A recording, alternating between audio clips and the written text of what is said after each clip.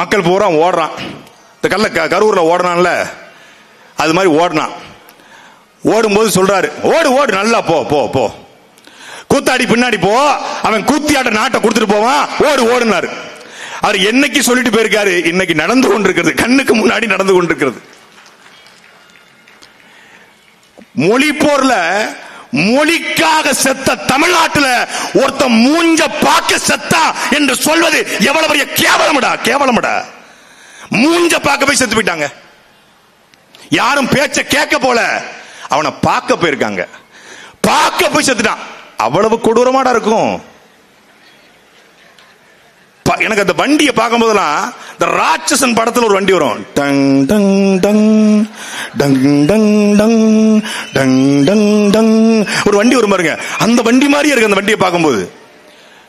41 உயிர் போயிருக்கிறது.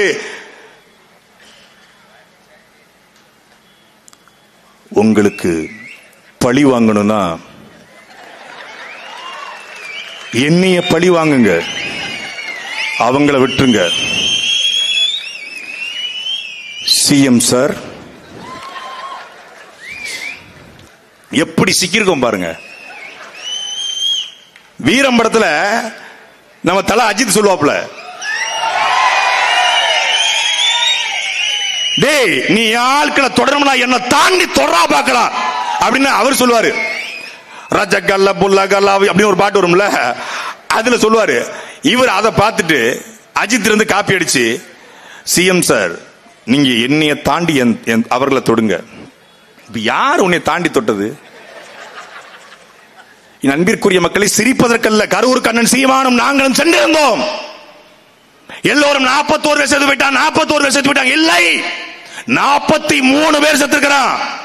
2 கர்ப்பிணி பெண், 8 மாத கர்ப்பிணியின் வயிற்றில் இருந்த சிசு, அந்த சிசுவின் மேலே 7 பேர் விழுந்து அந்த சிசுவும் சேர்ந்து செத்திருக்கிறது. 43 பேர் இறந்திருக்கிறான். உங்களுக்கு தெரியுமா, 4 வயது குழந்தை இறந்து போச்சு. எப்படி? மரத்தின் கிளை ஒடிந்து அந்த மரத்திலிருந்து மேல விழுந்தவன் 4 வயது குழந்தையின் மேலே விழுந்து வயிற்றிலிருந்து குடல் வெளியே வந்து அவருடைய கண் மொழி பிதுகி செத்து போயிட்டாடா, செத்து போயிட்டாடா. பழிய தூக்கி போடுறான், பழிய தூக்கி. சைக்கோடா, சைக்கோடா. ஒரு சைக்கோ கிட்ட இத்தனை லட்சம் பேர் கூடி நிக்கிறான்னு சொல்லு. தமிழ் சமூகத்துக்கு கேவலம், அசிங்கம், அவமானம், வெக்கம்.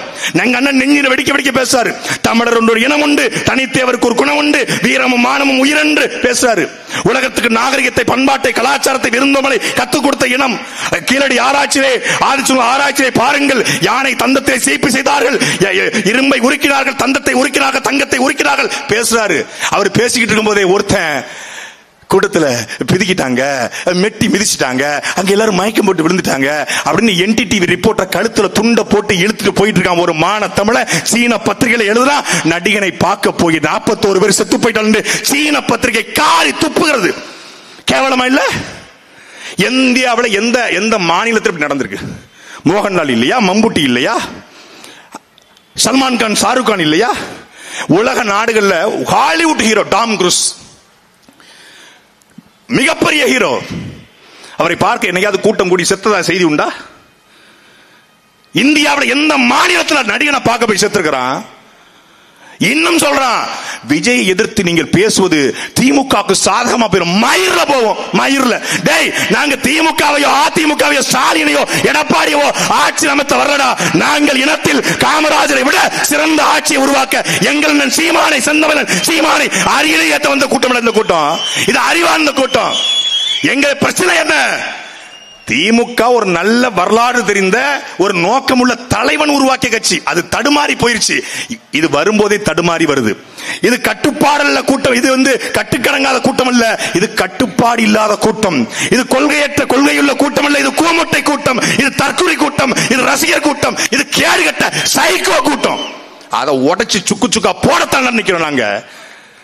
திமுக 1 to 1 எங்களுக்கு 1 to 1. யாராவது காட்டு திமுக இடுமாவனம் கார்த்திக் மாதிரி, சல்மான் மாதிரி, பாத்திமா ஃபர்கானா மாதிரி, மதிவானா மாதிரி, எங்க தங்கச்சி மகளிர் மாணவர் பாசை பொறுப்பாளர் திமுக காட்டுறே. திமுக இப்படி ஒரு மேடை போட்டு நாங்க போட்டோம்னா அவன் 5 நிமிஷம் எங்களுக்கு தூக்கி தூர போட்டுருவான். ஆனா உன்னைய வீழ்த்துவதாண்டா எங்களுடைய முதல் இலக்கு. 41 உயிர் போயும் அதை பத்தி கவலைப்படாம செட்டில்டா பேசுறாமா, செட்டில்டு. 2 பட்டனை கழட்டி விட்டு மைக் போட்டா சினிமாட்டிக் ஆயிரும். இதுக்கு 11 மணி நேரம் ஆலோசனை பண்ணிருக்காங்க. வீக வகுப்பாளரை வைத்துக் கொண்டு கட்சி நடத்துறவன் இல்லை அண்ணன் சீமான். இந்தியாவுக்கே வீகத்தை வகுத்து கொடுக்க வந்தவன் எங்களுடைய அண்ணன் சீமான். அவருக்கு ஒரு இலக்கு இருக்கு. நான் சாத்தியமற்றதை செய்ய மாட்டேன்னு சொல்ல வந்தவர் இல்லை எங்கள் சீமான். அசாத்தியத்தையும் சாத்தியப்படுத்த, என்னால் அசாத்தியத்தை சாத்தியப்படுத்திய உலக நாடுகள் 24 நாடுகள் எதிர்த்து நின்றபோதும் களத்திலே கத்தெடுத்து பெற்றெடுத்த பிள்ளைகளையும் கட்டிய மனைவியும் பழிவெடுத்து இந்த நாட்டின் விடுதலைக்காக உயிரித்த எங்களுடைய தலைவன் மேதகவே பிரபாகரனுடைய பிள்ளைகள் நாங்கள். அசாத்தியத்தை சாத்தியப்படுத்த வந்தவர்கள். சீமான் வரும்போது சொன்னா அவரெல்லாம் ஒரு தேர்தல் தாங்க மாட்டார்னா, ஒரு தேர்தல் தாங்க மாட்டார். 1.1 ஓடி போயிருவாருன்னா என்கிட்ட சொன்னா சீமான் கீமான்னு தெரியாத பைத்தியம் பிடிச்சிரும்னா. என்கிட்ட சொன்னா சீமான் பணம் வாங்கிட்டாருனா 1.1 4 விழுக்காடு 7 விழுக்காடு 8 விழுக்காடு வாங்கி இந்தியாவிலேயே தடை செய்யப்பட்ட இயக்கத்தின் தலைவனை தலைவனாக வைத்துக் கொண்டு, தடை செய்யப்பட்ட கொடியை கொடியாய் வைத்துக் கொண்டு இந்தியாவிலே தேர்தல் ஆணையத்தில் அங்கீகரிக்கப்பட்ட ஒரே கட்சி அது நாம் தமிழர் கட்சி மட்டும்தான். என் தம்பி இடுமானம் காட்டி சொன்னான், களத்தில் வைத்து எதிரிகளை வீழ்த்துவோம், களத்துக்கு வருவதற்கு முன்பே உதிரிகளை வீழ்த்துவோம் என்று. இந்த உதிரியை வீழ்த்தணும். இதை விட்டணும் வைங்க, இன்னும் பல நம்முடைய அண்ணன்மார்கள் நம்ம அக்காமார்கள் என்ன பாவம் பண்ணிச்சு. அந்த 9 வயசு குழந்தை, 4 வயசு குழந்தை, 1.5 வயசு குழந்தை, ஒரே குடும்பத்துல 2 பிள்ளை, ஒரு தாய் செத்து போச்சு. அவன் கதற கதறு எவனுக்கும் கேட்கல. இரக்கமற்ற ஒரு கூட்டத்தை உருவாக்கிட்டாங்க. இரக்கமற்ற ஒரு கூட்டத்தை. கொள்கை எதிரி பாஜக, அரசியல் எதிரி திமுக, பாசிச பாஜக, பாயாச திமுக. இப்போ ஒரே அடி, ஒரு அடிதான், ஒரு வழக்கு போட்டான். புஷியானந்த் எடுத்தேன் பாரு ஒரு ஓட்டம்னா, ஒரே வழக்கு. ஆதவ அர்ஜுனா நான் உசுருக்கு ஒரு ஆபத்துனா கடல் மேடி ஓடுவேண்டா எங்க கொய்யா அப்படின்னு ஓட்டான். ஒரு வழக்கு. டே 224 வழக்குடா எங்க அண்ணன் சீமான் மேல. 224 வழக்கு. இந்த சாதாரண ஒரு சைபர் கிரைம் வழக்கு நீ பாய்ந்துட்ட. சைபர் கிரைம் வழக்குக்கு அமித்ஷாக்கு போன், ஜி மேரே ஆப்னே ஜி ஓ கோனுகே கோனை சமாது பண்டிகை காலத்துல கோயிலுக்கு வெளியே வைப்பாங்க, நகி பேட்டா பேட்டா எங்கம்மா தர்றாங்கன்னு பேசிட்டு இருக்காங்க. ஒரு வழக்குக்கு அமித்ஷாக்கு போன, ஒரு வழக்குக்கு அமித்ஷாவுக்கு. தெரியுமா உங்களுக்கு, இந்தியாவினுடைய உச்சபட்ச அதிகாரம் படைத்த அமைப்பு எது சொல்லுங்க? தேசிய புலனாய்வு முகமை. இந்தியாவுடைய உச்சபட்ச அதிகாரம் படைத்த அமைப்பு. யாரை வேணாலும் தூக்கலாம், எப்ப வேணாலும் தூக்கலாம், எப்படி வேணாலும் விசாரிக்கலாம், என்ன வேணாலும் பண்ணலாம். என் வீட்டுக்கு, என் தம்பி இடுமானம் கார்த்திக் வீட்டுக்கு, எங்களுடைய சகோதரர் மதிவான் வீட்டுக்கு, தம்பி தென்னக விஷ்ணு வீட்டுக்கு ரைடு வந்தது. எந்த தலைவனாவது இப்படி சொல்லி பார்த்திருப்பீங்களா? என்னையே வந்துருச்சு, எங்க அண்ணனுக்கு போன் பண்றேன், என்னையே வந்துச்சு, போயிட்டு வாடா. என்னடா பெரிய என்னையே, என்னடா பண்ணிடுவாங்க, போயிட்டு வாடா. என்னடா எடுத்தாங்க வீட்டுல? உங்க புத்தகத்தையும் தலைவர் புத்தகத்தையும். வேற நம்ம வீட்டுல மயிரா இருக்கும், போடா. பெட்டெல்லாம் தூக்கி பார்த்தாங்க, கிச்சன்லாம் உருட்டினாங்க, மளிகை ஜாமா தான் இருந்துச்சாங்க. விசாரணைக்கு போனோம். விசாரணைக்கு போயிட்டு வந்து திருப்பி அழைச்சு, போயிட்டு வாடா, தைரியமா போயிட்டு வாடா, என்னடா பண்ணிடுவாங்க என்று. முடிஞ்சா என் வீட்டுக்கு வர சொல்லுடா, அப்படி நான் சொன்னதை அதிகாரிட்ட சொல்லிட்டு வாடா என்று சொன்ன ஒரே தலைவன் எங்களுடைய அண்ணன் சீமான். என்னை அதிகாரி கேட்டாங்க, எதுக்கு உங்க கட்சியினுடைய உறுப்பினர் அட்டையில தலைவர் படம், உங்க தலைவர் படத்தை வச்சிருக்கீங்க, பிரபாகரன் படத்தை வச்சிருக்கீங்கன்னு கேட்டாங்க. இதை எங்க அண்ணன்ட்ட கேளுங்க அப்படின்னு. அவர்கிட்ட கேட்க முடியாதுன்னு உங்ககிட்ட கேட்கிறோம். அதை மட்டும் கொஞ்சம் நீக்க சொன்னீங்கன்னா இந்தியாவிலே நீங்க ஒரு ஜனநாயக கட்சியா மாறிடுவீங்க. அவர்கிட்ட கொஞ்சம் சொல்லுங்க, அவர் கட்சி நடத்தது அவருக்காகத்தாங்க, நீங்க அவர்கிட்ட சொல்லுங்க. சிரிச்சாரு. அது சொல்ல முடியாம தான் உங்ககிட்ட சொல்றோம்னாரு. அதுதான் எங்களுடைய அண்ணன். ஈரோடு கிழக்கு தொகுதி இடைத்தேர்தல் பிரச்சாரம் 2013 பிப்ரவரி மாதம். திமுகவுக்கும் எங்களுக்கும் நேரடி சண்டை. இதே போல கரூர் கேங் ஆளை கொண்டு நிப்பாட்டி எங்களுடைய கட்சிக்காரனை மண்டையை உடைத்தார்கள். அண்ணன் அன்புத்தன் சொல்லி மண்டை உடைக்கப்பட்டது. நேரடி சண்டை. எஸ்பி வந்தாரு, கலவரம் ஆயிரும், சீமான் கிளம்புங்க அப்படின்னாரு. எங்க அண்ணன் என்ன தெரியுமா சொன்னாரு? பதிவாவல ஊடகத்துல, ஏய் நீ ஏதோ என்னை பத்தி சொன்னியாம்ல, நான் ஜெயிக்க மாட்டேன் அப்படின்னு சொன்னியாம்ல, நீ என்ன பத்தி நினைச்சிட்டு இருக்க? நீ அவரு பேச வந்தது இந்த கலவரத்தை, அவர் எஸ்பி வேற எங்கேயோ சீமான பத்தி பேச, நீ என்ன யாரா நீ என்னை பத்தி பேசன்னு கேட்டாரு. தெரிச்சுட்டான் எஸ்பி, தெரிச்சுட்டாரு. அதுதான்டா தலைவனுக்கு அழகு. என் தம்பி 2017 விக்னேஷ் மரணம் அடைஞ்சான் காவிரி பிரச்சனையில. விக்னேஷ் மரணம் அடைந்து நாடு முழுக்க சீமான் இனவரியை தூண்டுகிறார், கலவரத்தை தூண்டுகிறார், சீமானை கைது செய்யுங்கள் என்று குரல் எழும்புகிறது. ஜெயலலிதா முதலமைச்சர். எந்த ஜெயலலிதா? அம்மா அணிலாயிரம் மாறிடுவோம்மா. அந்த அம்மா எங்க அண்ணன் அப்படி நிக்கல. ஏண்டா நாங்கள் பேசுவதை இனவரி, எங்களுடைய கூட்டத்தில் ஒருத்தன் இறந்து போனது இனவரியை தூண்டி இறந்துட்டான்னா ஜெயலலிதாவுடைய கைதுக்கு 100 பேர் செத்துருக்கான. ஜெயலலிதா அன்னிபெசன்ட் அம்மையாரா, ஆங் சாங் சூகியா என்று கேட்டாரா?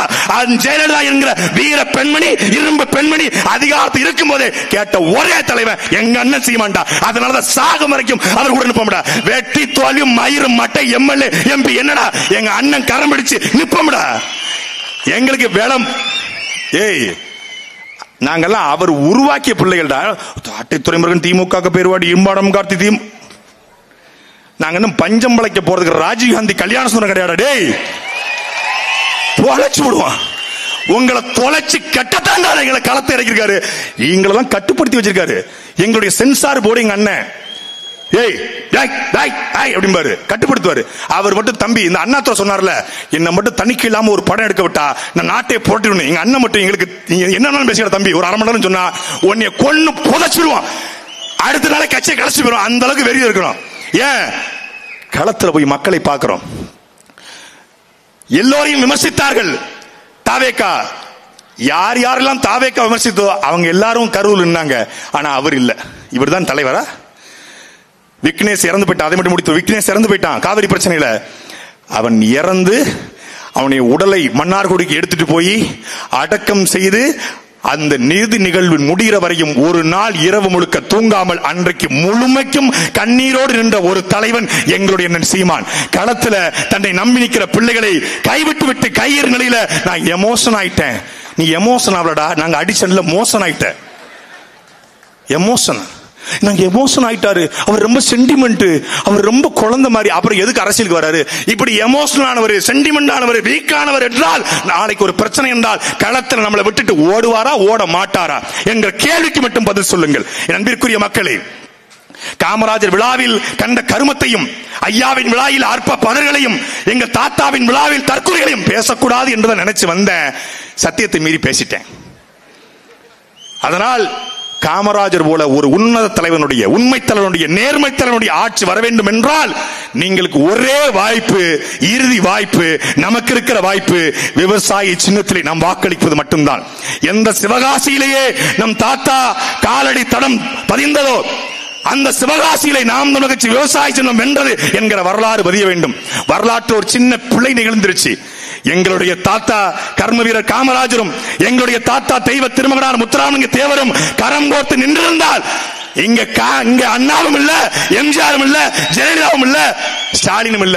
தாத்தாக்கள் நிக்கல, பேரன்கள் தெய்வ திருமணார் முத்துராமலிங்கருடைய பேரன்களும், காமராஜருடைய பேரன்களும், இமானுவேல் சேகரனாருடைய பேரன்களும், முத்துவடநாதருடைய பேரன்களும் எல்லோரும் சேர்ந்து கரம் கோர்த்து நிக்கிறோம். ஒரு தமிழன் செந்தமிழன் சீமானை அரியணை ஏற்ற. நன்றி, வணக்கம். நாம் தமிழர்.